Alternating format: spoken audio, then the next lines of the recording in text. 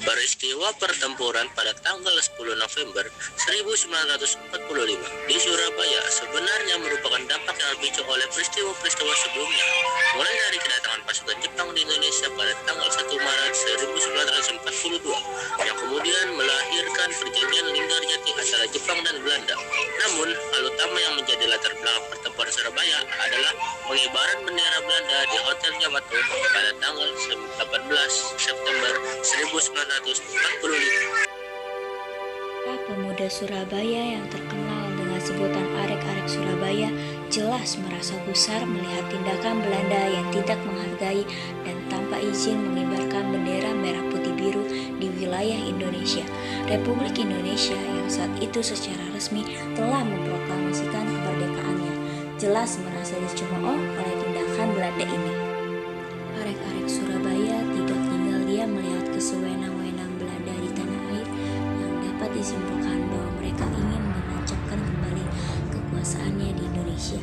Lagi pula kobar semangat Arek-Arek Surabaya yang pada saat itu tengah melakukan aksi pengibaran merah putih di segala penjuru secara langsung berkumpul di depan halaman Hotel Yamato.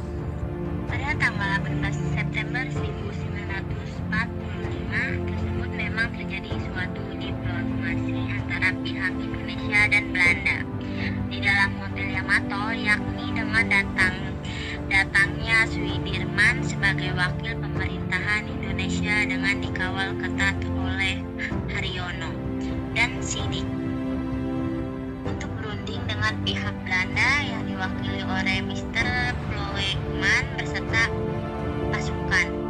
Dalam diplomasi tersebut, Belanda menolak untuk menurunkan benderanya dari puncak tertinggi Hotel Yamato dan justru menyerang pihak Indonesia dengan mengeluarkan pistol.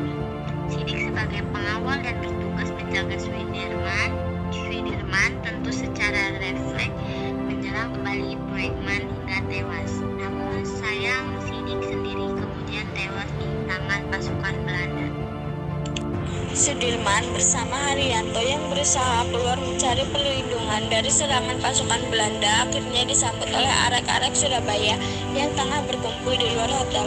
Selanjutnya, Sudirman bersama Kusmawibowo kembali masuk ke dalam hotel dan memanjat tiang bendera untuk merobek warna biru bendera Belanda dan kemudian mengibarkannya kembali menjadi merah putih. Hal tersebut menjadi latar belakang pertempuran Surabaya yang kemudian secara berderet terjadi pertempuran pada tanggal 27 Oktober antara Arek-Arek Surabaya melawan Inggris yang pada saat itu memihak Belanda. Pertempuran ini terus terjadi hingga Jenderal Hartron meminta Presiden RI untuk merendahkan pertempuran. Pada tanggal 29 Oktober, perjanjian diplomasi antara Indonesia dan Inggris ditandatangani dengan adanya gencatan senjata. Namun, pada hari berikutnya, karena masih labilnya kondisi psikis para pasukan baik dari Indonesia maupun Inggris, kembali terjadi pertempuran antara Indonesia dengan pihak Afghani atau Inggris yang menuas Jenderal Malabi. Setelah peristiwa yang menewaskan Jenderal Malabi tersebut, pihak Inggris mengutus Robert Mansell sebagai penggantinya, yang kemudian mengeluarkan ultimatum terhadap pihak Indonesia agar para tentara maupun pemuda yang bersenjata menyerahkan diri dengan batas akhir tanggal 10 November 1945 serta menyerahkan senjata mereka sebelum jam 6 pagi. Ultimatum yang dikeluarkan pihak Inggris tersebut jelas membakar amarah para pejuang hingga menolak semua keinginan tersebut. Hari bersejarah tersebut benar-benar datang pada tanggal 10 November. Pasukan Inggris secara membabi buta melakukan serangan terhadap pasukan Indonesia dan rakyat di Surabaya. Kendaraan tempur seperti pesawat dan tank milik Inggris semua dikerahkan untuk membungkuskan Surabaya. Serangan udara dengan menjatuhkan bom di daerah-daerah pemerintahan Surabaya jelas mengakibatkan banyaknya korban jiwa dari pihak Indonesia. Siapa yang tak marah jika tanah air mereka diusik oleh pihak luar? Hal ini pula yang kemudian melahirkan tokoh-tokoh pejuang seperti Bung Tomo dan Ki Hajar Hasyim Asy'ari untuk mengkoordinasikan semua kalangan mulai dari pasukan bersenjata, para santri, bahkan rakyat sipil semuanya bersatu untuk melawan kesewenangan Inggris. Pertempuran 10 November 1945 menjadi pertempuran terbesar sepanjang perjuangan Indonesia dalam mempertahankan kemerdekaan.